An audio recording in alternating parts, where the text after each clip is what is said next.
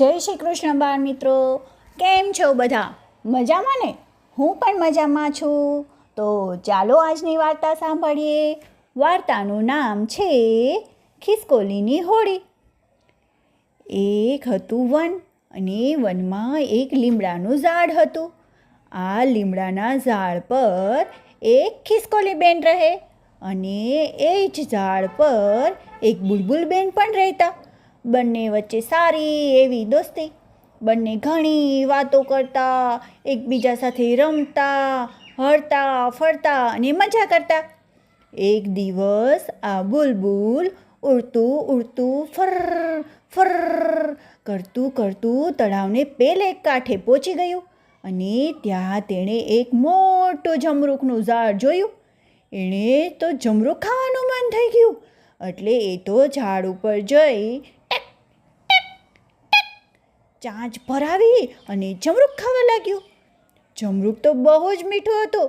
એણે તો થયું, લાવને આ જમરૂખ મારી દોસ્ત ખિસકોલી માટે પણ લઈ જાઉં.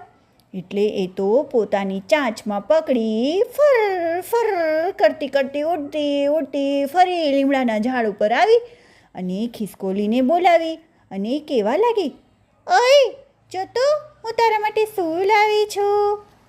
ખિસકોલી કહે, હે શું લાવી છે? બુલબુલ કહે, જમરૂખ. ખિસકોલી કહે, હે મને તો જમરૂખ બહુ ભાવે.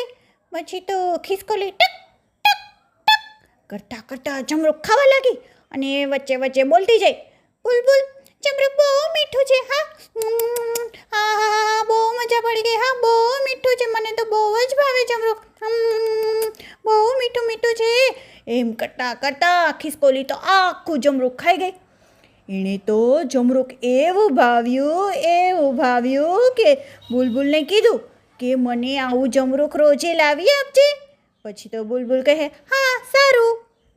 બુલબુલ તો રોજ સવારે ઉડતી તળાવને પેલે પાર જાય અને પોતાના માટે અને ખિસકોલી માટે જમરૂખ લઈને આવે અને બંને બેનપણી ભેગી થઈ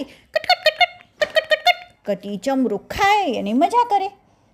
એક દિવસ વનમાં એક શિકારી આવ્યો.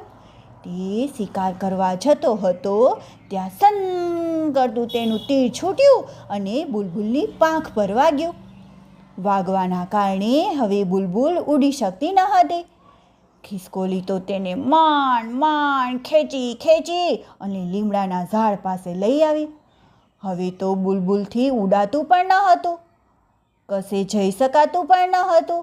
એટલે ખિસકોલી એના માટે ખાવાનું લઈ આવે, એના માટે પાણી લઈ આવે, એની દવા આપે, એનું બધું જ કામ કરે. એક દિવસ બંને બહેનપણીઓ વાતો કરતી હતી. બુલબુલ કહે, યાર મને બહુ દિવસોથી જમરૂખ ખાધું નથી. મને તો જમરૂખ ખાવાનું બહુ જ મન થાય છે. ખિસકોલી કહે, શું કરું? ખિસકોલી વિચારે, જમરૂખ તો લાવું, પણ લાવું કઈ રીતે? તળાવને પેલે પાર જવું કઈ રીતે? હું તો તળાવમાં તરી શકતી પણ નથી.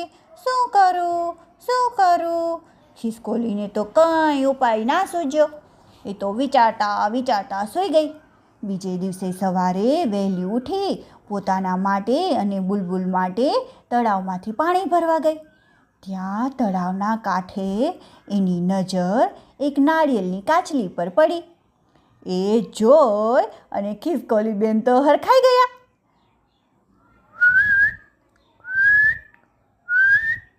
એમ કરી એ તો પોતાના નાના હાથ વડે તાળી પાડવા માંડી. આ તો મારી હોડી,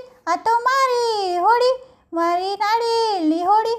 એમ કરી એ તો નાચવા લાગી.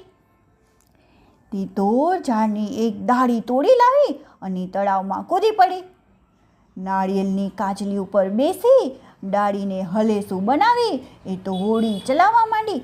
ધીમે હલેસા મારતી તળાવના સામે કાંઠે પહોંચી ગયા અને કૂદકો મારી અને જમરૂખના ઝાડ ઉપર ચડી કટ કરી અને બધા જમરૂખ તોડી લીધા અને પછી તો પોતાના નાળિયેરની હોડીમાં ભરી દીધા. પછી પાછા હલેસા માટે માટે માટે પોતાના ઘરના કાંઠે આવી ગઈ. અને બુલબુલ ખિસકોલીની રાહ જોતી હતી. ઘણો સમય થઈ ગયો પણ ખિસકોલી પાછી નથી આવી, એટલે એને તો ચિંતા થતી હતી. ત્યાં તો થોડી વારમાં ખિસકોલી બેન કરતાં કરતાં બંને હાથમાં જમરૂખ લઈને આવ્યા અને બુલબુલને કીધું, લે બુલબુલ, તને જમરૂખ ખાવાનું બહુ મન થતું હતું ને, લે ખા. પછી તો બુલબુલે ધરાઈને જમરૂખ ખાધું. બીજે દિવસે ખિસકોલી ફરી હોડી લઈ અને જમરૂખ લેવા ગઈ. ઘણા દિવસો થઈ ગયા પછી તો બુલબુલ ભાઈ સારું થઈ ગયું હતું અને હવે તો તે પણ ઉડી શકતું હતું. એક દિવસ બુલબુલ કહે, અય ખિસકોલી, આ તારી નાળિયેરની હોળીમાં બેસાડ ને અને મને ફરવા લઈ જા ને. પછી તો બંને જણા હોળીમાં બેસી ગયા. બંને વારાફરતી ધીમે ધીમે હલેસા મારતા જાય, પાણીમાં છબછબિયા કરતા જાય, પાણીના છાંટા એકબીજાને ઉડાડતા જાય અને મજા કરતાં કરતાં સામે કાંઠે જઈ અને ધરાઈને જમરૂખ ખાય. આમ બંને રોજ તળાવના સામે કાંઠે જતા, ખાતા પીતા અને મજા કરતા. જો મજા આવી ને મિત્રો, આજની વાર્તા પૂરી. બાળકોની મજા પડી. કાલે મળીશું ફરી વાર્તા લઈને નવી. જય શ્રી કૃષ્ણ.